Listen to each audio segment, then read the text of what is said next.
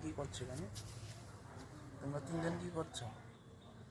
হ্যাঁ, এখানে কি করছো তোমরা? ঘুমিয়েছ? হুম, কি করছো? হুম, কি করছো তোমরা এখানে? কি করছো? হ্যাঁ, মেও মেও কি বলছো?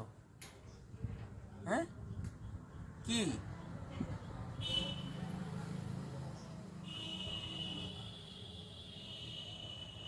কি দেখছো তোমরা?